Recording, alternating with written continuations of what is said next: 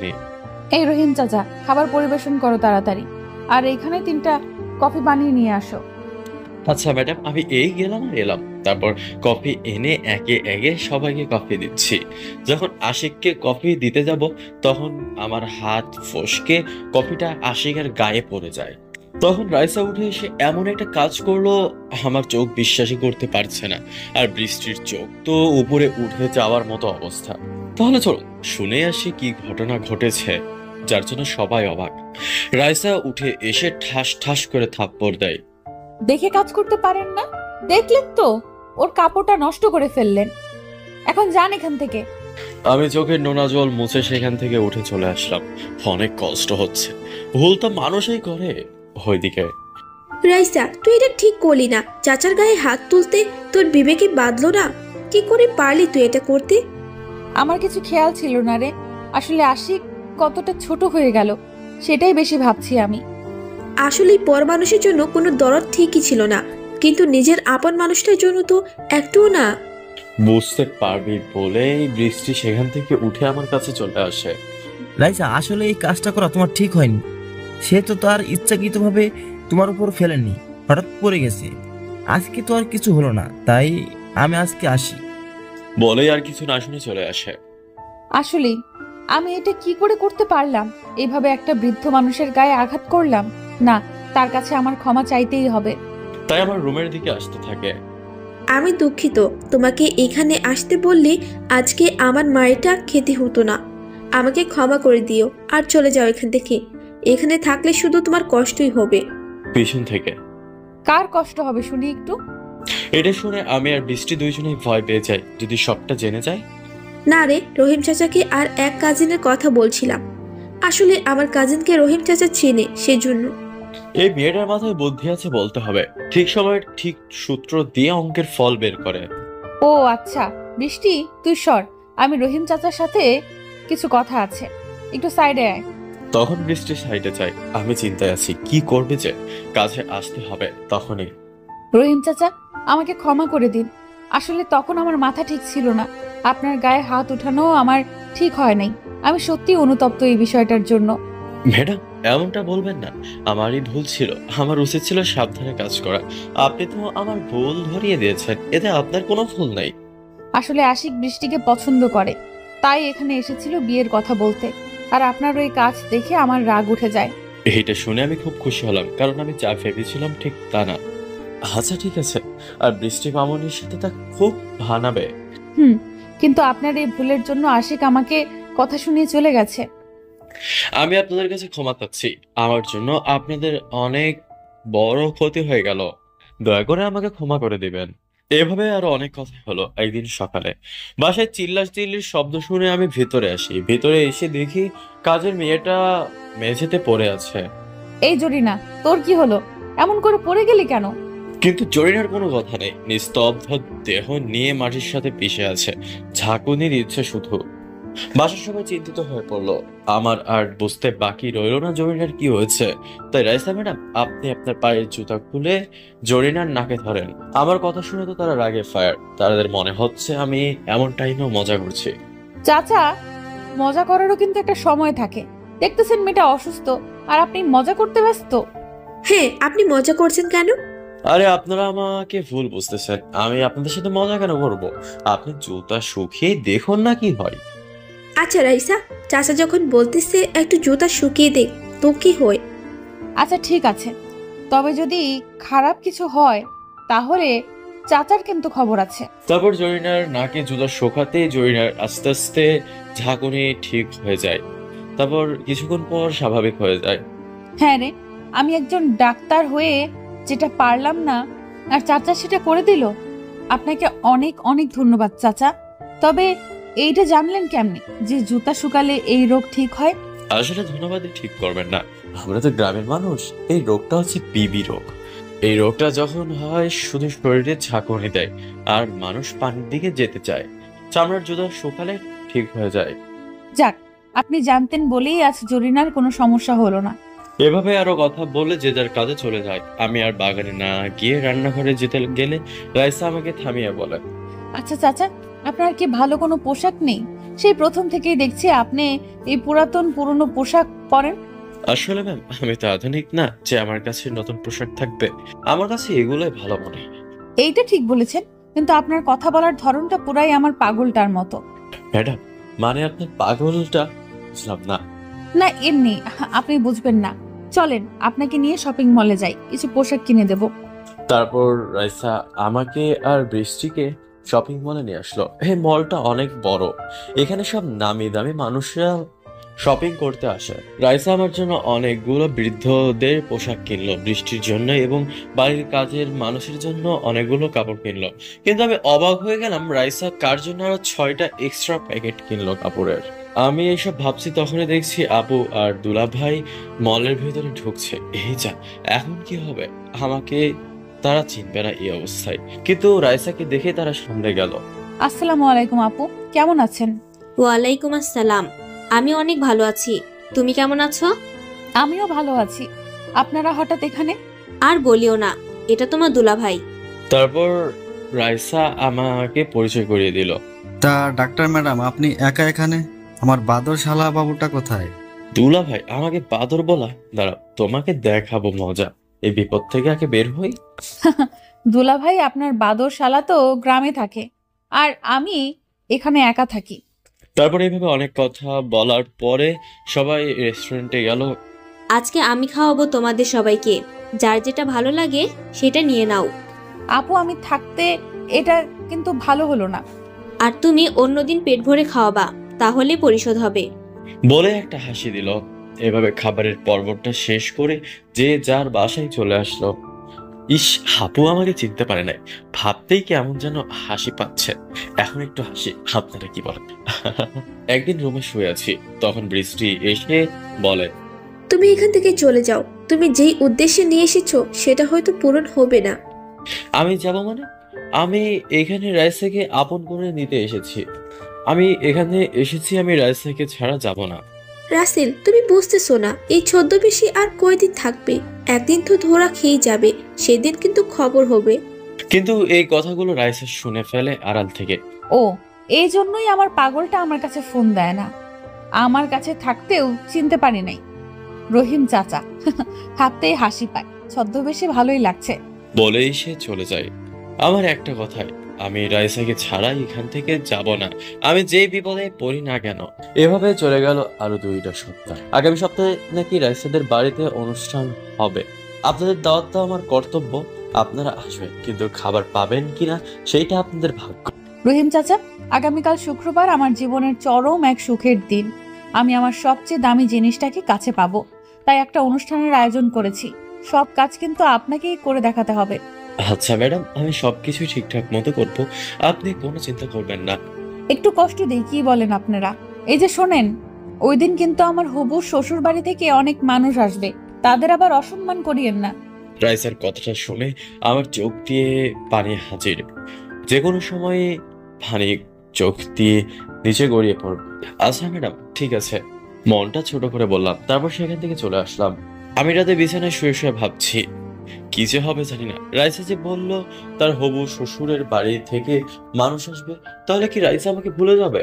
আমি ওকে ছাড়া বাঁচতে পারবো না। ও কেন বোঝে না? আমি তো ওর কোনো চাওয়া পাওয়াতে কোনো বাধা দিইনি। আমার কি দোষ ছিল? এইসব কথা ভাবছি আর চোখের নোনা জল মুছছি। তখনই বাইরে থেকে কেউ একজন আমার রুমে ঢুকলো। আমি তাকিয়ে দেখে তো অবাক, রাইসা আমার রুমে এসেছে। রাইসা তো আগে কোনো দিনও আমার রুমে আসেনি, তাহলে আজকে কি মনে করে? কি ব্যাপার চাচা, আমাকে দেখে অবাক হলেন যে? আমি আসতে পারি না নাকি?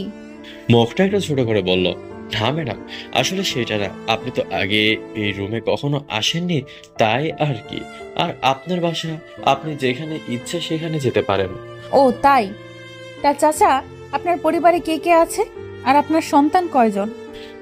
না ম্যাডাম, আমার কোনো সন্তান নেই। আমার বাসায় বাবা মা আর একটা ছোট বোন আছে। কি কম আর দুঃখের কথা, আমার তো কোনো সন্তান নেই। এখন কি করি? তারপর রাইসা মনে মনে ভাবছে, দেখেছেন, তাও সত্যটা বললো না। আরে চাচা, আপনি যেভাবে বুড়ো সেজেছেন তাতে কেউ বুঝবেই না। আর সন্তান? আচ্ছা চাচা, আপনাকে দেখে মনে হচ্ছে বয়স ভালোই হয়েছে, তাহলে সন্তান নেই কেন? এই মেয়েটা কি করবে বুঝতেছি না। এখন আমি কি করবো? আসলে আমার কাবিনটা শুধু হয়েছিল, কিন্তু কালেমা হয় নাই। আর আমার বউ তার বাবার বাড়িতে থাকে। তাই নাকি? কষ্টের কথা এটা। তা আপনি চাচিকে আনতে যান নাই কেন? সে যে আমার জীবনে আসতে চায় না, তো নিয়ে আসবো কেমনে? সে যে এখন অন্যজনের স্বপ্ন দেখে। চোখের পানি মুছতে মুছতে বললাম, ইসরে, আমার পাগলটা না জেনেই শুধু কষ্ট পাচ্ছে। জানোয়ার আর একটু কষ্ট পেতে হবে না, মনে মনে বলল রাইসা। আচ্ছা চাচা, আমি এখন আসি। আর দোয়া করি চাচি যেন আপনার জীবনে ফিরে আসে। বলেই চলে গেল। ইসরে, একটু যদি বেঁচে গেলাম, আর একটু হলেই ধরা খেয়ে যেতাম। বলতে বলতে কখন যে ঘুমিয়ে গিয়েছি জানি না। পরের দিন সকালে ঘুম থেকে উঠে বাগানে পানি দিচ্ছি, তখন বৃষ্টি আসে। রাসেল, তুমি কি অনুষ্ঠানের কথা জানো নাকি? হ্যাঁ, রাইসা বলেছে আমি জানি। আর ওর হবু শ্বশুরের বাসা থেকে নাকি লোকজন আসবে। আমি কি সত্যি রাইসাকে আমার জীবন থেকে হারিয়ে ফেলবো? এখনো কিন্তু অনেক সময় আছে। চলে যাও, কষ্ট পেতে না চাইলে। কারণ ওই দিন যে কষ্ট ছাড়া কিছুই পাবে না। আর তোমার কষ্টগুলা আমারও কেমন সহ্য হয় না। না, আমি মাঝপথে হার মেনে যাবো না। ওর কষ্ট সহ্য করতে যদি আমার মরণ হয়, তাহলেও আমি মরণকে বরণ করে নেব। সত্যি তুই একটা মানুষই, যে কিনা একটা মেয়েকে এত ভালোবাসে, যে তোকে ভালোই বাসে না, শুধু কষ্টই দিয়ে গেল। দোয়া করি আল্লাহ যেন তোর মনের আশা পূরণ করে। তারপর ভিতরে চলে গেল। ম্যাডাম, আমাকে আজ একটু ছুটি দিবেন? একটা জায়গায় যেতাম, একটু কাজ ছিল। আপনার তো এখানে কেউ নাই, তাহলে আপনি কোথায় যাবেন শুনি? এই রে, এই মাইয়াটা এই কথাই কেন বলে? এই জায়গাতে তো আমাকে ঠেকিয়ে ফেলে মনে মনে মনে। আসলে ম্যাডাম, এখানে আমার একটা আত্মীয় আছে, ওখানে একটু দেখা করতে যেতাম আর কি, যদি একটু ছুটি দিতেন। আচ্ছা ঠিক আছে, তবে হ্যাঁ, সন্ধ্যা হওয়ার আগেই ফিরে আসবেন, সেটাই যেন মনে থাকে, বলে দিলাম। আচ্ছা ম্যাডাম, আপনার কথা আমার মনে থাকবে, এটা কি বলতে পারি নাকি? তারপর সেখান থেকে চলে আসলাম। এসে রাস্তায় বৃদ্ধ থেকে আবার আগের মতো চলে আসলাম। ভাবতেই কেমন লাগে, রাইসা আমাকে না চিনে চাচা বলে, আর কয়টা সন্তান সেইটা জিজ্ঞাসা করে। আমি এগুলো ভাবতে ভাবতে আপুদের বাসার দিকে হাঁটতে হাঁটতে চলে আসলাম। একটু দূরে আসতে দেখি আপুকে কয়েকটা ছেলে বিরক্ত করছে। আসলে আপু গাড়ি আর বডিগার্ড ছাড়া হয়তো কোথাও গিয়েছিল। আমি সেখান থেকে দ্রুত আপুর কাছে চলে আসলাম। আপু আমাকে দেখে যেন তার প্রাণ ফিরে পেল। আপু, এরা কারা? আর তোমাকে বিরক্তই করছে কেন?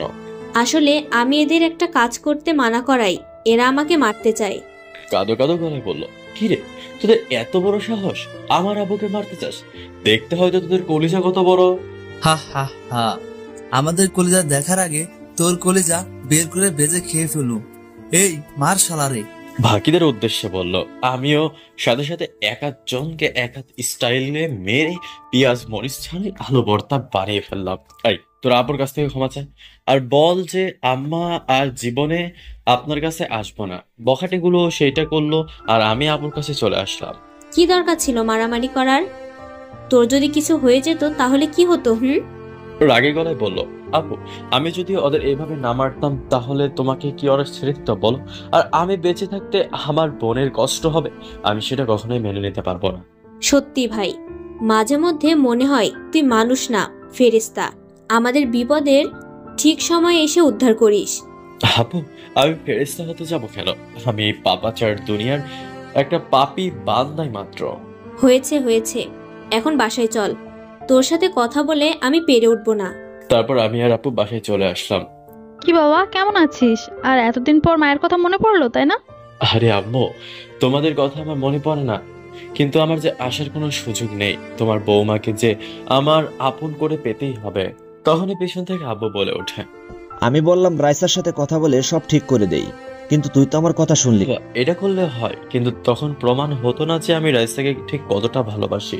তোর সাথে কথাই পারবো না, একটা না একটা কথা বলে আমাকে ঠেকিয়ে দিবি। আর শোন, আমার সকল সম্পত্তি তোর আর ঐশীর নামে লিখে দিছি। এটা আমি একা না, তোর মা ঐশী শরীফ মিলেই ঠিক করেছে। বাবার কথা শুনে আমার কিছুটা রাগ হলো, কারণ তাদের কষ্টে গড়া সম্পত্তি আমাকে কেন লিখে দিবে? বাবা, এটা তো শুধুই আপুর, আমাকে কেন দিচ্ছ? এই পিচ্চি, তুই এত কথা বলস কেন? আমাদের কি কম আছে যে তোকে দেওয়ার কারণে আমাদের সম্পত্তি কমে যাবে? তারপরে তাদের সাথে কথা বললাম না ওই বিষয়ে, কারণ জানি এরা আর এইটাকে উল্টাবে না। তারপর তাদের সাথে অনেক কথাই বললাম। তারপর বাসার উদ্দেশ্যে রওনা দিলাম। রওনা দেওয়ার আগে বাবা আমার হাতে একটা কার্ড ধরিয়ে দিল। বুঝি না এই কার্ড দিয়ে কি হবে। দরজা দিয়ে যখন ভিতরে ঢুকছি তখন বৃষ্টি বলল, কি ব্যাপার চাচা, এখনই চলে আসলেন যে? দেখলাম রাইসার মুখেও একটু হাসি ফুটে উঠলো। জানি না এই খুশির কারণটা কি। আসলে ম্যাডাম আপনাদের না দেখে থাকতে পারতেছিলাম না, খালি ছটফট করতেছিলাম, তাই তাড়াতাড়ি চলে আসলাম আপনাদের দেখতে। এখন অনেক খুশি লাগতেছে, মনে হয় প্রাণ ফিরে পেলাম। আমাদের জন্য নাকি আপনার রাইসা ম্যাডামের জন্য? কোনটা? আমার কানের কাছে এসে বলল, কি যে বলেন না ম্যাডাম, আপনারা সবাই আমার কাছে একই সমান। তা আর একটু সময় থেকে আসলেই পারতেন, অনেক দিন হলো কোথাও যান না। না ম্যাডাম, সেই সকালে গিয়েছি, আর ভালো লাগলো না। আসলে ম্যাডাম আপনাদের সাথে অনেকদিন ধরে আছি তো, আপনারাই আমার পরিবারের মতো হয়ে গিয়েছেন। রাইসা মনে মনে বলল। পরিবারের মতন কি? আমি তো তোমার পরিবারেরই একজন। এভাবেই চলে গেল আরো কয়েকটা দিন। কালকে এই বাড়িতে অনুষ্ঠান হবে, জানি না কি হবে। আমি ঘুমিয়ে গিয়েছি। পরের দিন সকালে ঘুম ভাঙে রিয়ার ডাকে। আমি তো রিয়াকে দেখে ভূত দেখার মতো অবস্থা। এই রহিম চাচা আপনাকে কাজ করতে ডাকতেছে, কত বেলা হয়ে গেছে দেখছেন? যাক বাবা, আমাকে তো চিনতে পারেনি। তারপর আমি রিয়াকে পাঠিয়ে দিলাম। রিয়ারা রাতে এসেছে, রাইসা নিজে গিয়ে ওদেরকে বাস স্ট্যান্ড থেকে নিয়ে এসেছে। আমি নিচে গেলাম, কিছু বলছে না, কিছু বললেই আমাকে চিনে যাবে। এভাবে দেখতে দেখতে বিকাল হয়ে গেল, মানুষজন চলে এসেছে, সন্ধ্যা হয়ে গেল। আমার কলিজা শুকিয়ে যাচ্ছে। রাইসা তো আজ আমার থেকে দূরে চলে যাবে, অন্য কারো হয়ে যাবে। আমি তাকে ছাড়া কেমনে বাঁচবো? সে যে আমার বেঁচে থাকার উৎস। এইসব কথা ভাবতেছি আর সবাইকে দেখাশোনা করছি। তখন রাইসা ম্যাডাম স্টেজে উঠে মাউথ স্পিকার হাতে নিয়ে আমার নাম বলে এমন একটা কথা বলল, তা শুনে আমার পুরো শরীর থর থর করে কাঁপছে। কথাটা ছিল, আচ্ছা চলুন কথাটা শুনে আসি। আপনাদের তো না বলা পর্যন্ত আমাকে ছাড়বেন না। হ্যালো লেডিস অ্যান্ড জেন্টলম্যান, আপনারা আমার বাড়িতে আসার জন্য আমার এবং আমার স্বামীর পক্ষ থেকে জানাই অনেক অনেক শুভেচ্ছা ও অভিনন্দন। আপনারা জেনে খুব আনন্দিত হবেন যে আমাদের মাঝে এমন একজন মানুষ উপস্থিত আছে যার কোনো তুলনা হয় না। সবাই তো এই কথা শুনে কানাকানি শুরু করে দিল, কে সেই মানুষ, কে সেই মানুষ। আপনারা অবশ্যই চিন্তায় আছেন এটা ভেবে যে কে সেই মানুষ। তাহলে শুনুন, সে হলো আমার বাড়ির কাজের লোক রহিম চাচা। সবাই রহিম চাচার কথা শুনে অবাক হয়ে গেল, কারণ এত বড় একটা ডাক্তার মানুষ আর তার বাড়ির কাজের লোকের এত মহান বলতেছে। হ্যাঁ, ঠিকই শুনেছেন। আর আপনাদের এই আনন্দ আরো জাগ্রত করে তুলতেই আপনাদের একটা সুন্দর গান শোনাবেন আমাদের রহিম চাচা। আমার কথাই বলতেছে, আমি গান কেমনে গাইবো? আমি যেখানে সবার সামনে কথাই বলতে পারি না। এই কথাটা শুনে সবার করতালি আমার কানে ভেসে আসলো। রাইসা স্টেজে যাওয়ার জন্য আমাকে অনুরোধ করছে। আমি স্টেজে গেলাম রাইসার সম্মান বাঁচানোর জন্য, কিন্তু আমি ভাবতেছি আমায় গান জানি রাইসা কিভাবে জানলো, নাকি সবার সামনে আমাকে ছোট করার জন্য রাইসা এরকমটা করতেছে। কি ব্যাপার চাচা, তাড়াতাড়ি গান শুরু করেন, সবাই অপেক্ষা করতেছে আপনার গান শোনার জন্য। আমি অনেক ভাবনা চিন্তার পর একটা পুরাতন গান ধরলাম, কারণ কথাই আছে ওল্ড ইজ গোল্ড। আমি নিচের দিকে তাকিয়ে গান শুরু করলাম। জানি না কি হবে। আমার মনের রাজ্যে ছিল এক এমন রাজকুমারী, তাকে ভালোবেসে দিয়েছিলাম যা ছিল আমারই। আমার বুকে মাথা রেখে বলতো মনের কথা, ব্যাক করিয়া নিতাম দুজন দুঃখ কষ্ট মনের কথা। আমি যে ছিলাম তার প্রেমেরই পূজারী, তার ভালোবাসা শুধুই করলো আমার পথেরই ভিখারি। তারে কত ভালোবাসি জানে না রে জগৎবাসী, জানে শুধু অন্তরবাসী। যখন তোমার কেউ ছিল না তখন ছিলাম আমি, এখন তোমার সব হয়েছে, পর হয়েছি আমি। গানটা বলে হাত দিয়ে চোখের পানি মুছলাম, কিন্তু চারদিক নিস্তব্ধ, কেউ কিছু বলছে না। ভাবলাম এই গান গেয়েছি, কে আর কি বলবে, কিন্তু আমার ধারণাটা ভুল হলো। একটু পরে একে একে সবাই করতালিতে ভরে তুললো। এখন আমার খুব ভালো লাগছে, কারণ আমার গানটা একটু হলেও সবার ভালো লেগেছে। তখন পাশ থেকে একজন বলে উঠলো, রাইসা মামনি, তোমার বাড়ির কাজের লোক তো অনেক সুন্দর গান বলতে পারে। তার গান শুনে আমি মুগ্ধ। তাকে আমি খুশি হয়ে কিছু পুরস্কার দিতে চাই, তুমি যদি নিতে। আঙ্কেল, এটা তো খুবই ভালো কথা যে আপনি চাচার কণ্ঠে মুগ্ধ হয়ে পুরস্কার দিচ্ছেন। তারপর সে আমার হাতে 10,000 টাকা দিয়ে দিল। এই দেখে এ কি, সবাই একে একে আমাকে পুরস্কার দিতে লাগছে। আমি কষ্টের মাঝেও একটু ভালো লাগছে, কারণ সবাই খুশি হয়েছে আমার গান শুনে। আপনারা তো এখন অনেক খুশি, কিন্তু আপনারা সবাই বলেছিলেন আমি বিবাহিত কিনা, কিন্তু আমি জবাবে কিছুই বলতাম না। আজকে আপনাদের বলবো আমি বিবাহিত। হ্যাঁ, ঠিকই শুনেছেন, আজ থেকে 7 বছর আগে ঠিক এই দিনেই আমার বিয়ে হয়। কিন্তু আমার কপাল ভালো কি মন্দ তা ঠিক বলতে পারবো না, তবে বিয়ে শুধু কাবিনটাই হয়েছিল, কালেমা হয়নি। আপনারা জানতে চাইবেন না কে সেই ব্যক্তি যে কিনা তার সুখটাকে গলা টিপে মেরে ফেলে আমার সুখকে বাঁচিয়ে রাখার জন্য লড়াই করেছে। হ্যাঁ হ্যাঁ, আমরা জানতে চাই এমন মহৎ মানুষটা কে যে সারা জীবন অন্যের সুখের জন্য লড়েছে। এই সেই মানুষটা যে আমার পুরো পৃথিবী। আমাকে দেখিয়ে বলল। আমি তো কেঁদে দিলাম, কারণ কেউ আমাকে আড়াল থেকে এতটা ভালোবেসেছে আমি বুঝতেই পারিনি। এই বুইরা বেড়া আপনার স্বামী কি করে হয় বুঝতে পারতেছি না, তবে তারপরেও স্বামী বাড়ির কাজের লোক আসলেই আজকের মেয়েদের রুচি হারিয়ে যায়। আপনারা এখনো আসল কথাটা জানেন না, তাই আগে শুনে পরে ভাবেন। এই যে বুইড়া মানুষটাকে দেখতেছেন, সে আসলে বুইড়া না, সে আমার কাছাকাছি থাকার জন্য ছদ্মবেশী হয়ে আমার বান্ধবীর মাধ্যমে আমার বাড়িতে কাজের লোক হিসেবে থেকেছে। কোনোদিন বুঝতেই পারতাম না যদি ওর আর বৃষ্টির কথা না শুনতাম। রাইসা, ও আমি আর বৃষ্টি সেদিন যে কথাগুলো বলেছিলাম সেগুলো তাহলে শুনেছিল, তাই তো বলি রাইসা কোনোদিনও আমার রুমে আসে না, কিন্তু সেদিন কেন আসলো এইসব ভাবছি আমি। তখন রাইসা আমার মুখে থাকা দাড়ি মোজ সব খুলে দেয়। এইসব দেখে তো সবাই অবাক হয়ে যায়। জানেন রাসেল কি জন্য আমার বাড়ির কাজের লোক হয়ে আছে? জানেন না তো? তাহলে শোনেন। আমি ওকে প্রথম দিন বলেছিলাম আমি যদি এখন বিয়ে করি তাহলে আমার পড়ার ক্ষতি হবে, তার জন্য কাবিন করে রাখে, যার জন্য সবার অনেক কথার সম্মুখীন হতে হয়েছিল ওকে। আমি ওর থেকে আরো চেয়েছিলাম যেন সে আমাকে ডাক্তার বানায়, সেও রাজি হয়ে যায়। আমিও ঠিকমতো পড়াশোনা করতে থাকি, কিন্তু রাসেল যখন বেশি কেয়ার করতে থাকে তখন আমি ভেবে দেখি রাসেলের মায়ায় যদি আমি স্বপ্ন পূরণের আগেই জড়িয়ে পড়ি তাহলে আমার স্বপ্ন আর তারও কষ্ট দুটোই বিফলে যাবে। তাই আমি ওকে ইগনোর করতে শুরু করি। তার থেকে কষ্ট আমার বেশি হতো, কিন্তু ওকে বুঝতে দিতাম না। নীরবে শুধু কেঁদেছি। যখন ডাক্তার হয়ে যাই তখনও মেনে নেয়নি। কেন জানেন? কারণ আমি চাইতাম আমার স্বামীর জন্য কিছু করতে, যেন এই কষ্ট তাকে আর করতে না হয়। তাই তো আমার স্বামীর নামে একটা কোম্পানি কিনেছি, যেটা আমাদের ভালোবাসা দিয়ে বড় করব। তার চোখে আমি অনেক কষ্ট দেখেছি, কিন্তু আফসোস স্বপ্ন পূরণ করার জন্য সেই কষ্টের ভাগিদার হতে পারিনি। আমাদের ভালোবাসা হয়তো সত্য ছিল, তার জন্যই আজও সে আমাকে ভুল বোঝেনি। সে চাইলে অন্য মেয়ের সাথে সম্পর্কে লিপ্ত হতে পারত, কিন্তু হয়নি। আমি একদিন রাসেলকে না বলে গ্রামে চলে যাই, আর বাড়ি গিয়ে জানতে পারি আপু অসুস্থ, তাই ও ঢাকায় আসবে। আমিও সবার সাথে প্ল্যান করে একই বাসে উঠি, আর আমি অপরিচিত হয়ে থেকে প্রশ্ন করেছি যে অন্য কাউকে ভালোবাসে নাকি, কিন্তু সে আমার কথা আমার কাছেই বলেছিল। সে জানতো না আমিই ছিলাম বাসের সেই মেয়েটি। এমনকি তার সকল আত্মীয়রাও এই সব কিছু করব তার প্ল্যান জানতো। শুধু রাসেল একাই অজানা ছিল।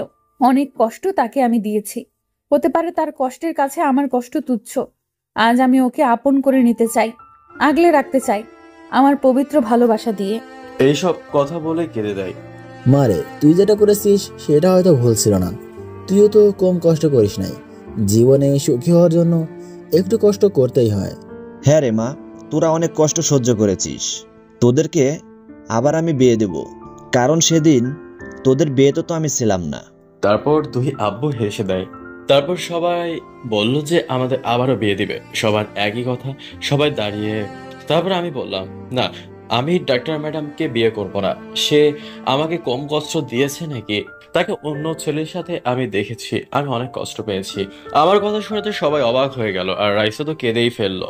তুমি এমন কথা কেন বলতেছো? আমি তোমাকে ছাড়া বাঁচবো না। আর সেই ছেলেটা তো বৃষ্টির হবু বর। তোমাকে রাগান্বিত করার জন্য করেছি আপু, আপু সব জানতো। এই কথা বলে আপু দুলা ভাইয়ের পিছনে লুকিয়ে গেল। আপনাকে কি করে আমি ভালোবাসবো বলুন তো? আপনি কি আমাকে ভালোবাসেন এখন বলেছেন?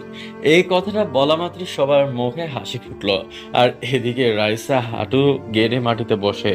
কি করে তোমাকে ভালোবাসার কথা বলবো সে ভাষা আমি জানি না, তবে এইভাবে বলতে পারি, আমাকে কি তোমার ওই মনে একটু জায়গা দেবে?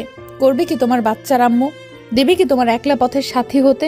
দেবে কি ওই জ্যোৎস্না রাতে তোমার কোলে মাথা রেখে চাঁদ দেখার অংশীদার হতে? আই লাভ ইউ সোনা।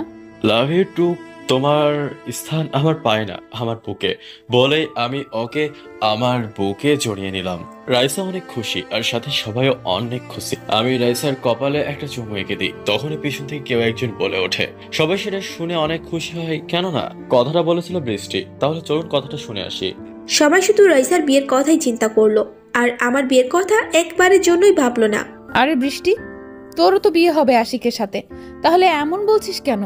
না, আমি আশিককে বিয়ে করতে যাব কেন? এইটা শুনে সবাই অবাক হয়ে যায়, আর রাইসা তো অনেক অবাক হয়। আশিক তোকে বিয়ে করতে রাজি, তাহলে তুই বিয়ে করবি না কেন? আর তুই কাউকে ভালোবাসিস নাকি? আমি রাসেলকে ভালোবাসি, আমি ওকে বিয়ে করতে চাই। এইটা শুনে চারিদিক নিস্তব্ধতা পালন করছে, কারণ সবাই একই কথা ভাবছে, এই মেয়ে পাগল টাগল হয়ে গেল নাকি? হে বৃষ্টি, তুই কি পাগল হয়ে গেছিস নাকি? কি বলছিস এসব? বাবা, আমি পাগল হই নাই, আর রাসেলও আমাকে ভালোবাসে, বিয়ে করার লোভ দেখেই আমাকে নিয়ে এসেছে। বৃষ্টি মা, আর বলতে হবে না। তুমি যার জন্য দায়ে পড়ে নাটক করতেছো, সেই মানুষটাকে আমি নিয়ে এসেছি। সবাই অবাক, কেননা আব্বু আশিকের কলার ধরে টানতে টানতে নিয়ে আসছে। তখন সবাই বুঝতে পারলো যে বৃষ্টি কেমন এমনটা করেছে। আমাকে ক্ষমা করে দিস রাইসা, তোর স্বামীর নামে আমি এত বড় কলঙ্ক টানলাম। না রে, ক্ষমা চাচ্ছিস কেন? তুই তো তোর ইজ্জত রক্ষা করার জন্য এমনটা করতে বাধ্য হয়েছিস। আমি দৌড়ে গিয়ে আশিকের কলার ধরে বললাম, এই আশিক, তুই কেন এমনটা করেছিস? আসলে আমি রাইসাকে অনেক ভালোবাসি, তোমার হবে তা মানতে পারিনি, তাই বৃষ্টি ওরকম ভিডিও করে ব্ল্যাকমেল করে এইসব করতে বাধ্য করি, আমাকে মাফ করে দাও। রাইসা এসে ঠাস ঠাস করে থাপ্পড় লাগিয়ে দেয় আর বলতে থাকে, তোকে আমি বিশ্বাস করে আমার বন্ধু ভাবতাম, আর তুই এই প্রতিদান দিলি? আমি তো তোকে কোনোদিন ভালোবাসার চোখে দেখিনি। রাইসা, আমার ভুল হয়ে গেছে, আমাকে ক্ষমা করে দে। তারপর সে রাইসার পা জড়িয়ে ধরে। সবাই আশিককে পুলিশে দিতে চাইলো, কিন্তু আমি নিষেধ করলাম, কারণ সে তার নিজের ভুল বুঝতে পেরেছে। আমি 2 দিন পরে তোদের বিয়ে দিতে চাই, আমি দেরি করতে চাই না। আবার কি বিপদ আসবে কে জানি, এমনিতে এক বিপদ হতে হতে বেঁচে গেছি। হ্যাঁ, ঠিকই বলছো, বেশি দেরি করা ঠিক হবে না, তাই 2 দিন পরেই তোদের বিয়ের আয়োজন করলেই ঠিক হবে। তারপর সবাই খাওয়া দাওয়া করে যার যার মতো চলে যায়। আমিও বাসায় চলে আসি সব কাজ শেষ করে। রুমে এসে শুয়ে থেকে ভাবছি, আজ আমার সাথে কি হলো? এসব তো হওয়ার কথা ছিল না, এসব কি হয়ে গেল? বাবা রাসেল, কি করিস? আয়, খাবার খেয়ে নে। তুই তো তখন তেমন কিছু খেলি না। না মা, এখন আর আমি কিছুই খাবো না। সারাদিন যে আমার সাথে কি হয়ে গেল আমি কিছুই ভাবতে পারছি না। তারপর মা আমার মাথায় হাত বোলাতে থাকে, আমি পরম সুখে ঘুমিয়ে পড়ি। আম্মু, আপনার ছেলে তো ঘুমিয়ে পড়েছে, এখনো মাথায় হাত বোলাচ্ছেন? মারে, ছেলেটার উপর দিয়ে সারাদিন অনেক ধকল গেছে, ওর ভালো লাগছে না, তাই ওর মাথায় হাত বুলাচ্ছি। কারণ ওর ছোট থেকেই অভ্যাস, খারাপ লাগলেই মাথায় হাত বুলালে ঠিক হয়ে যাবে। তারপর আমাকে ঘুমিয়ে রেখে মা আর রাইসা চলে যায় অন্য এক রুমে। সকালে ঘুম ভাঙে রাইসার মিষ্টি ঠোঁটের ছোঁয়া। এই ওগো, আমাদের বিয়ের শপিং করতে মার্কেটে যেতে হবে, বেলা হয়েছে অনেক। যাবো মহারানী, কিন্তু আমার পাওনাটা কে দিবে? বলে রাইসাকে জড়িয়ে ধরতে যাব, তখনই আমার হাতে ধরা না দিয়ে, একটু আগেই আদর দিছি, সেইটা নিয়েই শান্ত থাকো। বিয়ের পরে যত খুশি আদর দিও, এখন লক্ষ্মী ছেলের মতো ফ্রেশ হয়ে নিচে আসো বলে চলে গেল। আমি তারপর উঠে ফ্রেশ হয়ে নাস্তা করে সবাইকে নিয়ে শপিং মলে গেলাম। সবাই যার যার মতো ড্রেস কিনতে থাকলো। তারপরে শপিং শেষে সবাইকে নিয়ে রেস্টুরেন্টে গেলাম। খাবারের পর্বটা শেষ করে বাসায় চলে। বাবু, কি করছো? এই তো বাবু, শুয়ে আছি। তাহলে আবার জিজ্ঞাসা করছো কেন? আমি বুঝি জিজ্ঞেস করতে পারি না? এসব আর ছোট বাচ্চাদের মতো অভিমান করতে হবে না। তারপর আমি রাইসাকে আমার নিজের কাছে টেনে নিয়ে কপালে একটা ভালোবাসার পরশ এঁকে দিলাম। তারপর রাইসা আমার বুকে শুয়ে থাকলো। এভাবে অনেকক্ষণ শুয়ে থাকতে থাকতে দুজন যে কখন ঘুমিয়ে গিয়েছি জানি না। হঠাৎ আমার ঘুমটা রাইসার আগেই ভেঙে যায়। এই রাইসা, ওঠো, অনেক ঘুমিয়েছো, এখন বিকেল হয়েছে। আর একটু ঘুমাই না, এমন করছো কেন? ঘুমের মধ্যে আমাকে আরো শক্ত করে জড়িয়ে ধরে বলল, না, আর ঘুমালে চলবে না, ওঠো, উঠে গোসল করে নাও, পরে আবার শরীর খারাপ করবে। বলেই আমাকে একটা চুমু দিয়ে চলে যায়। এভাবে দেখতে দেখতে বিয়ের দিন চলে আসে। আজ আমাদের বিয়ে। আজ আমি অনেক খুশি, অনেক মানুষ এসেছে। আজ আমি রাইসাকে আমার আপন করে পাবো। দেখতে দেখতে আমাদের বিয়েটা ইসলামী শরীয়ত অনুযায়ী হয়ে গেল। রাইসাকে একটা রুমে রাখা হয়েছে, সবাই রাইসার সাথে কথা বলছে। এদিকে আমার সাথে কেউই কথা বলছে না, তাই একা একাই ছাদে বসে আছি। একটু পর ছাদে কারো উপস্থিতি টের পেলাম। তাকিয়ে দেখি বৃষ্টি। রাইসা তোমার জন্য রুমে বসে আছে, আর তুমি এখানে কি করো? কিছু না, আসলে কিছু ভালো লাগছে। সবাই তো রাইসাকে নিয়ে ব্যস্ত, তাই এখানে একটু মনটাকে চাঙ্গা করতে আসলাম। মনকে চাঙ্গা অনেক করেছো, এখন যাও, আমার বান্ধবীটা একা একা বসে আছে। আর হ্যাঁ, বিড়ালটা কিন্তু মারা চাই। বলেই হেসে ফেললো। আমি নিচে আসলাম, রুমের সামনে দাঁড়িয়ে আছি। তারপরে এক বস্তা সাহস নিয়ে রুমের মধ্যে ঢুকলাম। কিন্তু আমার বউ কোথায়? রুমে তো নেই, ওয়াশরুমেও নেই, কোথায় গেল? আমার একটু একটু চিন্তা হতে লাগলো, কিন্তু আমার চিন্তা ফুল করে রাইসা একটু পরে বাইরে থেকে এসে আমার পায়ে হাত দিয়ে সালাম করলো। ওঠো ওঠো, তোমার জায়গা আমার পায়ে না, এই বুকে। বলে আমি ওকে আমার বুকে নিয়ে কপালে একটা ঝুমা এঁকে দিলাম। এই ছাড়ো, আগে চলো নামাজ পড়ে আল্লাহর কাছে আমাদের সংসার জীবনের সুখ চেয়ে নেই। তারপর আমরা দুজনে অজু করে নিয়ে নামাজ পড়ে নিলাম। তারপর রাইসাকে আমি খাটে বসিয়ে দিয়ে লাঠি নিয়ে বিড়াল খুঁজতে লাগলাম। এই তুমি পাগল টাগল হলে নাকি? এভাবে পাগলের মতো কি খুঁজতেছো? না মানে বৃষ্টি আপু বললো আজকে নাকি বিড়াল মারতে হবে, তাই বিড়াল খুঁজতেছি, কিন্তু ঘরের কোথাও তো বিড়াল নেই। আরে গাধা, এই বিড়াল সেই বিড়াল না, আসো আমি বিড়াল দেখিয়ে দেই। তারপর আমি খাটে গিয়ে বসি। তারপর রাইসা আমার ঠোঁট চোরা তার ঠোঁটের দখলে নিয়ে নেই। এভাবে 10 মিনিট চলে, তারপর ছেড়ে দেয়। আমি হাঁপাচ্ছি। এই আমাকে তার একটু হলে মেরে ফেলতে, এইভাবে কি কেউ বিড়াল মানে নাকি? কি সব বলো পাগল একটা, এইভাবে কেউ বলে? আমার বুঝি শরম করে না? হ্যাঁ আমার লজ্জা হতে বল, আর লজ্জা পেতে হবে না বলে আমি রাইসার কপালে একটা চুমা রেখে দিলাম। শোনো না। কি বলো? আমি তো তোমার কথা শোনার জন্য অধীর আগ্রহে বসে আছি, ভালো কি বলবে? আমার না তোমার মতো সুন্দর একটা কিউট গুলুমুলু একটা বেবি চাই। ওরে বাবা, তাই নাকি? কিন্তু বেবি নিতে গেলে তো অনেক কষ্ট করতে হবে। তাই কি? আমি বেবি নেওয়ার জন্য একটু কেন, যতটা কষ্ট করতে হয় ততটাই কষ্ট করব, তবু আমার বেবি চাই চাই। তাহলে চলো বাংলাদেশ টি-20 খেলা খেলা যাক। তারপর দুজনে শুরু করলাম হার না মানা খেলা। ভেসে গেলাম সুখের সাগরে। সুখের সাগরে ভাসতে ভাসতে সকাল হয়ে গেল। আমার আগে রাইসারই ঘুম ভেঙে গেল। রাতের কথা মনে পড়তেই রাইসা একটু মুচকি হাসলো, এসে আমার কপালে একটা চুমু দিয়ে গোসল করতে চলে যায়। এদিকে একটু পর আমারও ঘুমটা ভেঙে যায়। ঘুম ভেঙে দেখি রাইসা আমার পাশে নেই। একটু পর লম্বা চুলগুলো ঝাড়তে ঝাড়তে আমার সামনে আসলো। কি মহারাজের ঘুম ভেঙেছে নাকি? কিছু বলছে না, শুধু দেখছি ওকে অনেক সুন্দর লাগছে থাকে। আমি ওকে টান দিয়ে বুকের মাঝে জড়িয়ে নিলাম, 4 ঠোঁট এক করে নিলাম। প্রায় 5 মিনিট পর ছেড়ে দিলাম। এই দুষ্টু ছাড়ো, রাতে এত আদর দিও মন ভরে নাই তাই না? তোমাকে যত দেখি ততই প্রেমে পড়ে যায়। এত সুন্দর কেন তুমি? আমার বউয়ের নজর যেন কারো না লাগে। এভাবে চলতে থাকে ওদের দুষ্টু মিষ্টি ভালোবাসা। আপনারা ওদের জন্য দোয়া করবেন কেমন, যাদের